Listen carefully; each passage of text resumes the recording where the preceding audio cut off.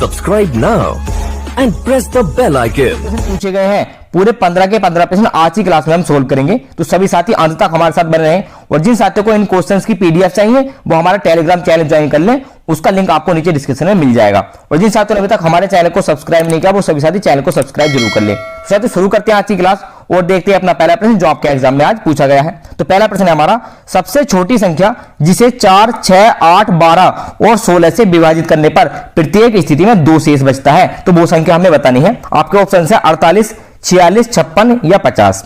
तो हम इसमें करेंगे क्या, हम इनमें से कोई भी एक संख्या ले लेंगे, 12 ले लो या 16 ले लो, बड़ी संख्या ले लेंगे और इन ऑप्शंस को भाग करके देखेंगे, जिसमें 2 शेष बचेगा भाई हमारा आंसर हो जाएगा। नहीं तो हम ऑप्शंस को एलिमिनेट करते चलेंगे एक एक करके। तो हम यहाँ से 12 ले लेते हैं और 12 से पहले 48 को भाग करेंगे तो 12 चौके 48 पूरा पूरा विभाजित हो जाएगा, तो इसमें शेष नहीं बच रहा है। ऑप्शन नंबर 1 हमारा एलिमिनेट हो जाता है, ऑप्शन नंबर 1 सही नहीं होगा। दूसरे की बात करें तो यहाँ पर देखेंगे 12 दूनी 24, 12 तिया 36, 36 आ रहा है। इसके हिसाब से हमारा जो शेष बच रहा है यहाँ पर 10 बच रहा है, तो ऑप्शन नंबर 2 भी हमारा सही नहीं होगा। तीसरे की बात करें 56 है तो 12 चौक 48 हो जाएगा, तो यहाँ पे हमारा 8 शेष बच रहा है, तो ऑप्शन नंबर 3 भी हमारा सही नहीं होगा। एक ऑप्शन बचता है 50। अब इस ऑप्शन को सभी से भाग करके देख लेंगे वो हमारे उत्तर को जस्टिफाई करने के लिए। तो 12 से भाग करेंगे 12 चौक 48, 2 शेष बच रहा है। 16 से भाग करेंगे 16 तिया 48, 2 ही शेष बच रहा है। 8 से भाग करेंगे 8 छंग 48, 2 शेष बच रहा है। 6 से भाग करेंगे 6 अट्ठे 48, तब भी 2 शेष बच रहा है। और 4 से भाग करेंगे तब भी हमारा 2 ही शेष बचेगा। तो क्वेश्चन नंबर 1 का सही आंसर क्या हो जाएगा, ऑप्शन नंबर 4 50 इस प्रश्न के लिए सही आंसर हो जाएगा। अगला प्रश्न देखेंगे, प्रश्न नंबर 2 है 45,360 में यदि 5 और 6 को आपस में बदल दिया जाए तो इन संख्याओं का अंतर क्या होगा। देखेंगे हमारी यहां पर संख्या लिखी हुई है 45,360। अगर हम इसके 5 की जगह पर 6 लिख दें और 6 की जगह पर क्या लिख दें 5 लिख दें, तो नई संख्या हमारी क्या बनेगी, नई संख्या हमारी ये बनेगी। हमने 5 की जगह पर 6 लिख दिया है, 3 ऐसा का ऐसे रहेगा और 6 की जगह पर क्या लिख दिया है 5 लिख दिया है और 0 का 0 लिख देंगे। अब इन संख्याओं को अंतर निकालना, हमें घटा देंगे इन संख्याओं को, 0 में से 0 बचेगा, यहाँ पे 2.5 ले लेंगे 15 हो जाएगा, 15 में से 6 घटाएंगे तो हमारा 9 बचेगा और यहाँ पर बचेगा 2, इधर से 2.5 लेंगे अगेन 12 हो जाएगा और 12 में से 3 घटाएंगे तो 9 बचेगा। यहां पर 5 बचा, 5 से 5 घटाया 0 और 4 में 4 घटाया 0। तो जो हमारी संख्या आ रही है इनका अंतर निकालने के बाद वो आ रही है हमारी 990, जो कि हमारे ऑप्शन नंबर 4 में है। तो ऑप्शन नंबर 4 इस प्रश्न के लिए सही आंसर हो जाएगा, 990। अगला प्रश्न देंगे, प्रश्न नंबर 3 है 1 से 100 के बीच अभाज्य युग्मों की संख्या ज्ञात कीजिए।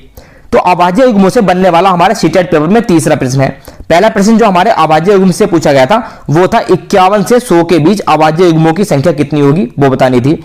दूसरा प्रश्न हमारा बना था 1 से 50 तक कितने अभाज्य युग्म बनेंगे उनकी संख्या, और आज पूछा गया है 1 से 100 तक। आज पूरा का पूरा पूछ लिया कि 1 से 100 तक कितने अभाज्य युग्म होंगे उनकी संख्या।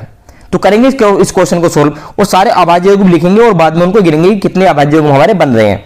और अभाज्य युग्म होते क्या है, अभाज्य युग्म साथियों वो युग्म होते हैं अभाज्य संख्याएं, ऐसी 2 अभाज्य संख्याएं जिनके बीच का अंतर 2 हो, जैसे 3, 5 दोनों अभाज्य संख्या है और दोनों का अंतर क्या है 5 में 3 घटाएंगे 2 आ जाएगा। इस तरीके को हम अभाज्य युग्म कहते हैं। दूसरा हमारा होगा इसके बाद 5 और 7, 5 7 हो जाएगा। तीसरे नंबर पर हमारा आ जाएगा यहां से 11 और 13, 11,13 हो जाएगा, 3 हो गए। इसके बाद हमारा आएगा 17 19, 17,19। इसके बाद देखेंगे, इसके बाद हमारा आ जाएगा 29 और 31, 29,31 आ जाएगा। और इसके बाद हमारा आ जाएगा 41,43। तो ये तो हो गए 1 से 50 तक। 1 से 50 तक कितने होते हैं 6 होते हैं अभाज्य युग्म।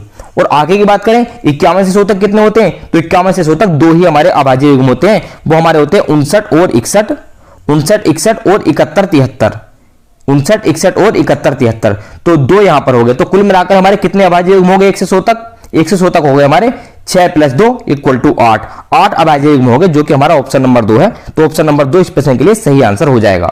इस तरीके से हम अभाज्य युग्म निकालेंगे। अगला प्रश्न देंगे, प्रश्न नंबर 4 है 100 को 1/2 से विभाजित करें और 30 जोड़ें, जो परिणाम आता है उसमें से 45 घटा दें तो आपको क्या मिलेगा। अब यहां पर गलतियां कहां होती हैं, गलतियां यहां पर होती हैं कि ये जो दे रखा कि 100 को 1/2 से विभाजित करें, तो 100 को 1/2 से विभाजित करेंगे, इसका मतलब ये होगा 100 भाग 1/2, ना कि ये होगा कि 100 गुणा 1/2, ये नहीं होगा, ये बिल्कुल नहीं होगा, 100 भाग 1/2 होगा। और अगली लाइन में क्या करेंगे, अगली लाइन में क्या करते हैं कि भाग की जगह गुणा का निशान कर लेते हैं और इस वाले का अंश को हर में बदल देते हैं और हर को अंश में बदल देते हैं, यानी कि इसका उल्टा कर देते हैं। 2 ऊपर हो जाएगा, 1 नीचे हो जाएगा। भाग की जगह गुणा कर देंगे, अंश का हर बना देंगे और हर का अंश बना देंगे। अब आगे सोल्व करेंगे इसको, तो हमारे यहां से क्या निकल कर आएगा, 100 गुणा 2 यानी कि हमारा 200 हो जाएगा। अब आगे क्या दे रखा है, इसमें दे रखा है कि 30 जोड़ दे उसमें, तो 30 जोड़ देते हैं इसमें, तो हमारा कितना आ गया, ये हमारा आ गया 230। अब आगे क्या क्या कह रहा है इसमें सवाल में बोला गया कि 45 को घटाना है। अब इसमें से 45 को हटा देते हैं, हम इस तरीके से घटाएंगे, यहां से दाएं ले लेंगे, 10 हो जाएगा, यहां पर 2 बचेगा और 10 में से 5 घटाएंगे 5 बचेगा, यहां पर हमारा 2 था तो 1 दाएं ले लेंगे, यहां पर हमारा यहां पर 12 हो जाएगा, 12 में से 4 घटाएंगे 8 और यहां पर 1 बचा था तो हम यहां पर 1 लिख लेंगे। तो जो हमारा घटाने के बाद आ रहा है वो हमारा 185 आ रहा है। तो जो हमारा ऑप्शन नंबर 3 में दे रखा 185, तो ऑप्शन नंबर 3 इस प्रश्न के लिए सही आंसर हो जाएगा। तो आशा करता हूं ये क्वेश्चन आपको अच्छे से समझ में आ गया होगा। अगला प्रश्न देखेंगे, प्रश्न नंबर 5 है, निम्नलिखित में से कौन सा सही नहीं लिखा गया है। तो आपके सीटेट एग्जाम में रोमन अंकों से बनने वाला यह दूसरा प्रश्न है, तो देखेंगे इसको कौन सा सही नहीं लिखा गया है। पहले साथियों समझ लेते हैं रोमन अंकों में ये लिखा गया क्या है। पहला ऑप्शन क्या है, तो x कहते हैं इसमें 10 को, रोमन अंकों में x इक्वल टू होता है 10 और v का मतलब होता है 5 और अगर 1 के लिए 1 डंडा होता है यहाँ पर 1 और 2 के लिए 2 डंडे खींचे हुए होते हैं इस तरीके से। और l की बात करें, l कहते हैं 50 को और 100 के लिए लिखा जाता है हमारा c, तो 100 के लिए c लिखा जाता है और l कहते हैं 50 को रोमन अंकों में, v कहते हैं 5 को और x का मतलब 10 होता है, 1 2 3 के लिए इस तरीके से 3 डंडे खींचे हुए होते हैं। तो देखेंगे पहला ऑप्शन में क्या लिखा हुआ है, 10 plus 10 plus 5, 10 plus 10 plus 5 equal to ये लिखा होगा हमारा 25 हो गया। दूसरा देखेंगे इसमें क्या लिखा हुआ है, इसमें लिखा हुआ है 10 प्लस 10 प्लस 10 और प्लस का 2, तो ये हमारा हो गया 32 इस तरीके से लिखा हुआ है। आगे क्या लिखा हुआ है, यहाँ पर v का मतलब होगा तो होता है 5 प्लस 10 प्लस 10, लेकिन यहाँ पर x से पहले लिखा हुआ है, ये x से क्या लिखा हुआ पहले लिखा हुआ, तो हमारा ये इसमें से माइनस करना पड़ेगा, इसमें से क्या करना पड़ेगा, माइनस करना पड़ेगा, जो कि हमारा गलत लिखा हुआ है। तो ऑप्शन नंबर 3 ही इस प्रश्न के लिए सही आंसर हो जाएगा। अगर लास्ट वाले की बात करें, लास्ट में क्या लिखा हुआ है 50 और x का मतलब क्या होता है, x का मतलब होता है हमारा 10, 50 प्लस 10 और प्लस iv का मतलब होता है 4, यानी कि ये हो जाएगा हमारा 64। अगर हम 30 आंसर हो जाएगा। अगला प्रश्न देंगे, प्रश्न नंबर 6 है, यदि एक 7 अंकों की संख्या इस प्रकार लिखी हुई है तो 11 से विभाज्य है, ये जो संख्या दे रखी है 11 से विभाज्य है, तो p के स्थान पर क्या होगा ये हमें बताना है। तो इस तरीके के क्वेश्चन को करने के लिए पहले हमें 11 से विभाजित होने का नियम पढ़ना होगा। अब 11 से विभाजित होने का नियम क्या होता है, पहले ये संख्या लिख लेते हैं, यहाँ पर 3 4 6 p 5 0 4।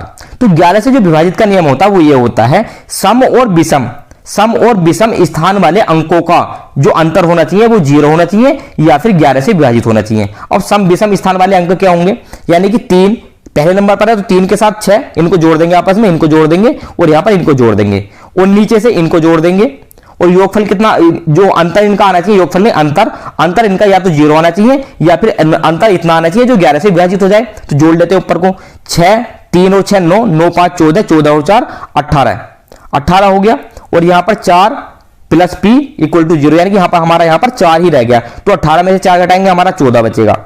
अब हमें इसमें से यहां पर p की, मान लो p की कुछ और वैल्यू होती, यहां पर p भी तो घटाना था इसमें से, तो 14 माइनस p कर लेंगे। अब p की जगह पर क्या रखें जो हमारा 11 से विभाजित हो जाए, तो p की जगह पर अगर हम 3 रख देंगे तो हमारा 11 आ जाएगा और 11 किससे विभाजित होगा, 11 से विभाजित होगा, तो ये वाली पूरी संख्या हमारी 11 से विभाजित हो जाएगी। तो ये आपको समझ में आ रहा है इस तरीके से कि p की जगह पर हम 3 क्यों रख रहे हैं, p की जगह पर हम 3 इसलिए रख रहे हैं ताकि इनका अंतर सम और विषम स्थान वाले अंकों का अंतर हमारा 11 आ जाए।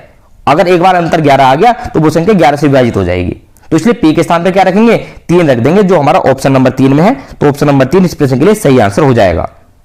अगला प्रश्न देंगे, प्रश्न नंबर 7 है, प्रथम 10 प्राकृतिक संख्याओं का माध्य क्या है। तो मैंने आपको बताया था कि माध्य और औसत एक ही बात होती है। तो प्रथम 10 प्राकृतिक संख्याओं का माध्य कैसे निकालेंगे, पहले हम 10 प्राकृतिक संख्याओं का योग निकालेंगे और उसको 10 से भाग कर देंगे तो हमारा औसत निकल कर आ जाएगा।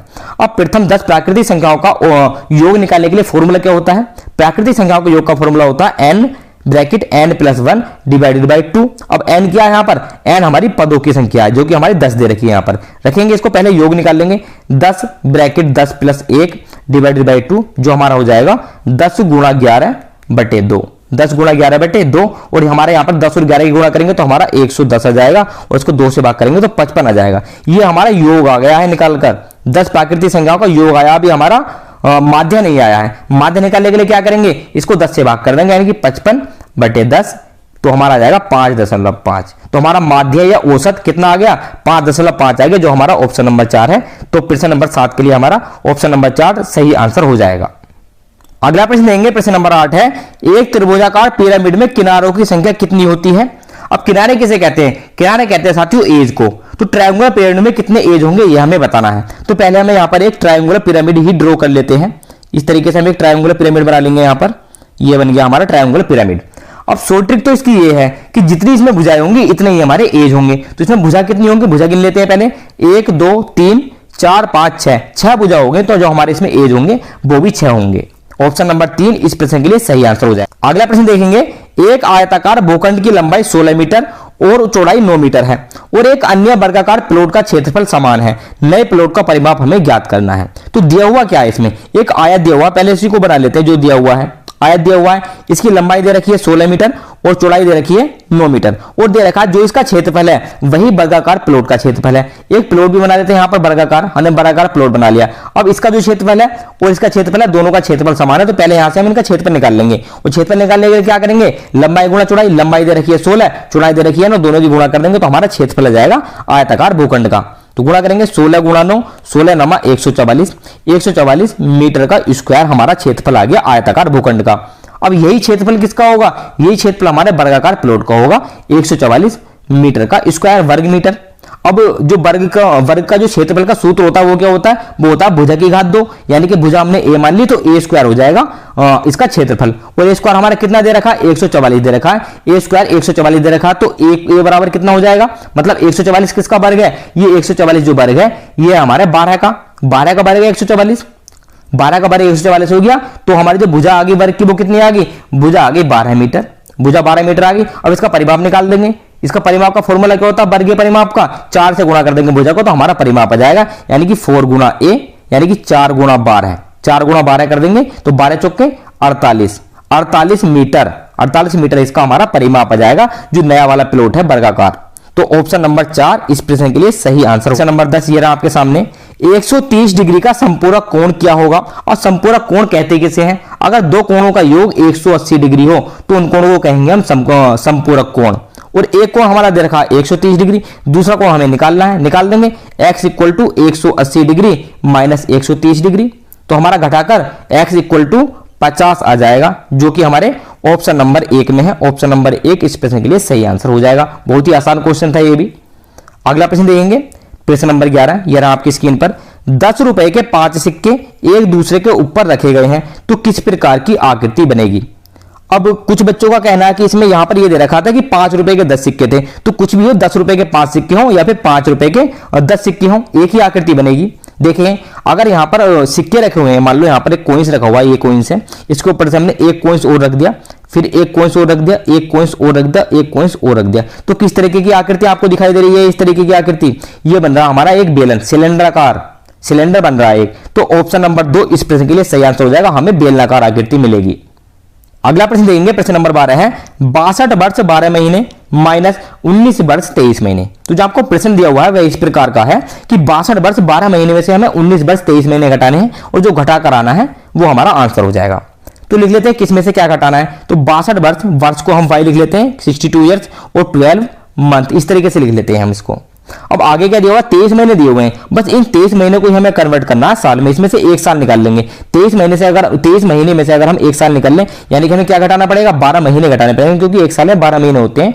3 में से 2 घटाएंगे 1 बचेगा, 2 में से 1 घटाएंगे 1 बचेगा, और ये वाला 12 महीने की जगह एक साल हम इसमें जोड़ देंगे, जो हमारा 20 हो जाएगा यहाँ पर, यानी कि 20 ईयर्स और 11 मंथ हो जाएगा।